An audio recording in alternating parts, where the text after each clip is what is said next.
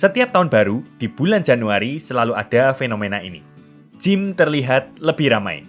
Memang, tahun baru seringkali memunculkan semangat hidup sehat ataupun semangat untuk mengejar body goals bagi kebanyakan orang.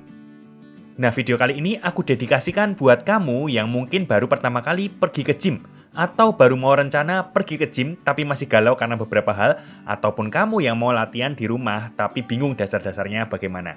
Di video ini, aku akan berbagi tips-tips memulai olahraga ala anak gym dan contoh programnya seperti apa. Coba diterapkan ya. Sebelum masuk ke programnya, aku kasih tips-tipsnya dulu ya. Tips pertama adalah jangan takut ataupun minder untuk join gym.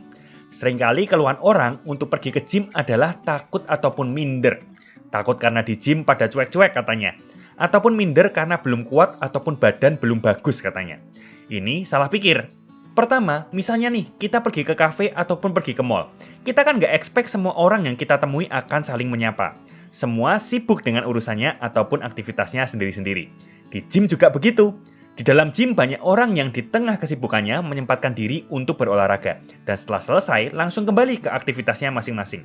Waktu mereka pun juga bisa jadi terbatas nih di gymnya. Wajar orang lain fokus dengan latihannya masing-masing. Karena tujuan utama ke gym bukanlah untuk bersosialisasi. Lalu yang kedua, coba kita samakan gym dengan sekolah. Sekolah itu kan pusat pengetahuan ya. Emangnya yang sekolah orang yang sudah pinter doang? Kan enggak, yang datang ya orang yang mau pinter. Begitu juga dengan gym yang disebut merupakan pusat kebugaran. Yang mau datang ya semua orang yang mau bugar, yang mau lebih sehat. Semuanya boleh gabung. Semua orang mulai dari dasar. Jangan biarkan ketakutan atau mindermu jadi penghalang kamu untuk jadi lebih baik. Lalu tips yang kedua nih, setelah mulai join gym ataupun jadinya mau olahraga di rumah, terapkan urutan olahraga sederhana berikut ini.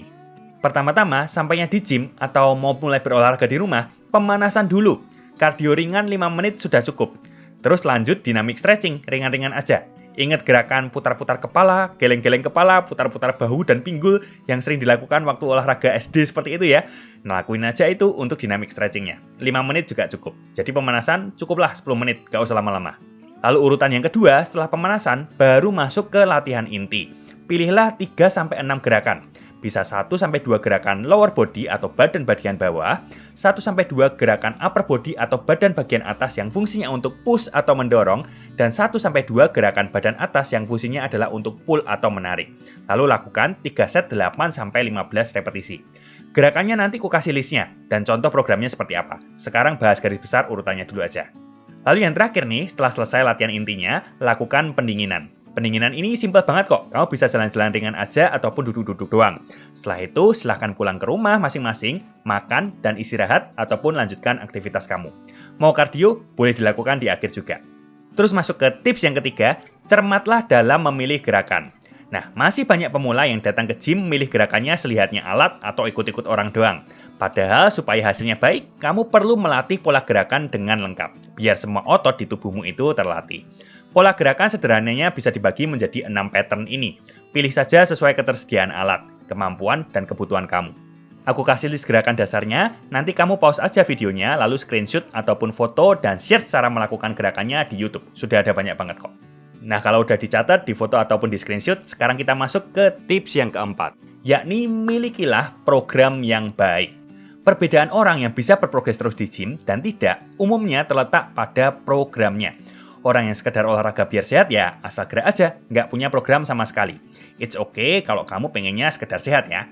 Tapi buat kamu yang serius pengen ubah komposisi tubuh, serius pengen bentuk massa otot, kamu perlu punya program. Jadi terstruktur nih, gerakannya apa aja, berapa setnya, berapa repetisinya, dan variabel-variabel lainnya terkontrol semua.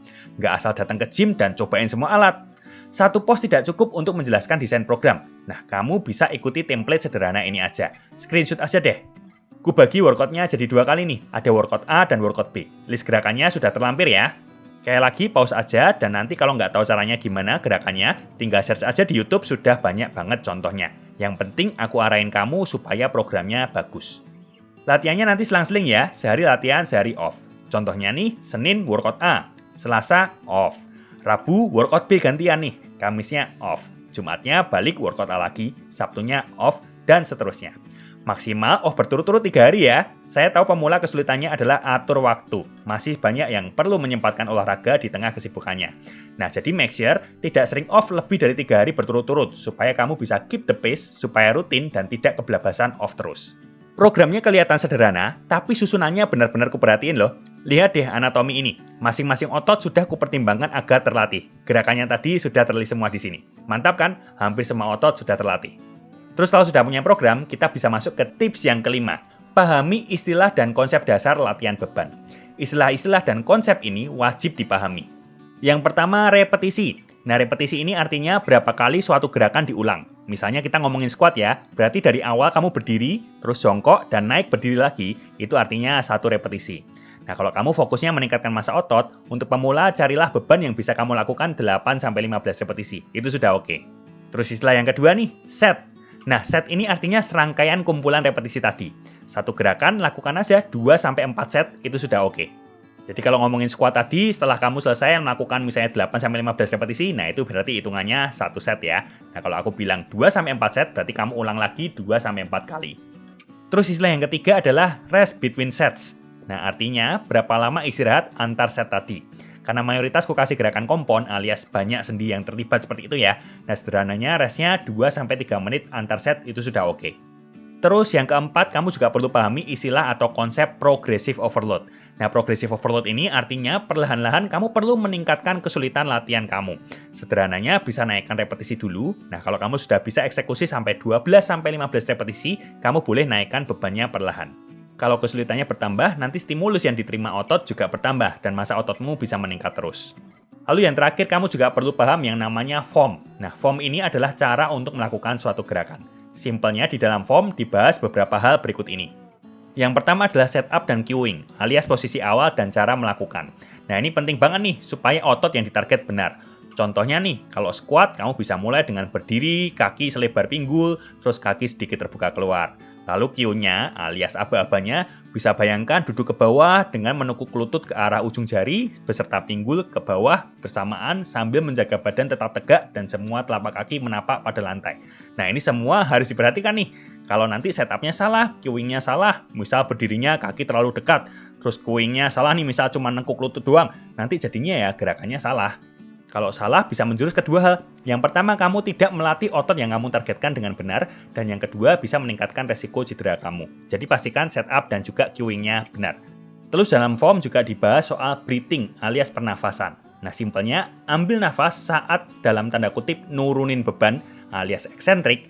Dan buang nafas saat dalam tanda kutip mengontrasikan otot alias konsentrik. Dan yang terakhir dalam form juga dibahas soal tempo. Sederhananya tempo ini berapa lama kamu melakukan suatu gerakan. Nah, supaya gampang, saat nurunin beban alias eksentrik, pelan-pelan ya. Dan saat menaikkan beban atau mengontrasikan otot, lebih eksplosif. Nah, itu tadi ya, 5 tips daging yang sudah kurangkum biar kamu bisa nge-gym ataupun olahraga di rumah dengan lebih terstruktur dan terprogram. Jangan lupa video ini di-bookmark dan di-share ke teman-teman gym kamu juga. Kamu boleh tinggalkan komen jika ada pertanyaan. Dan tolong juga tulis di komen kalau kamu berharap konten gym seperti ini atau konten latihan beban seperti ini bisa diperbanyak lagi. Karena kadang aku mau konten soal gym ataupun soal latihan beban, takutnya nggak semua subscriber suka, nanti malah yang nonton sedikit dan performa channelnya jadi jelek. Jadi komen ya kalau kamu suka konten begini, nanti aku pertimbangkan buat lebih banyak lagi. Selain itu, buat kamu yang pengen banget strength training, tapi masih nggak mau nge-gym karena mungkin pengennya olahraga di rumah doang, atau masih jaga jarak dari kerumunan, jangan lupa ya, aku ada brand alat fitness baru, yakni Strength B. Sebenarnya promo dari Strength B sendiri sudah berakhir, tapi khusus penonton video ini, ku perpanjang sampai 15 Januari promonya. Ini promonya, yang squat stand bandelnya sudah sold out, tinggal yang half rack dan juga power rack. Dengan bundle ini, kamu bisa melakukan hampir semua gerakan yang ada di gym dan jauh lebih praktis karena bisa olahraga di rumah doang. Syaratnya, supaya masih dapat harga promo, kamu bisa kirim screenshot video ini ya, waktu mau pesan. Jadi aku tahu nih, kamu datangnya dari YouTube. Oke? Sampai di sini dulu aja ya video kali ini, kita berjumpa lagi di video selanjutnya ya. Balik lagi ke topik miskonsepsi defisit kalori. See you di video selanjutnya.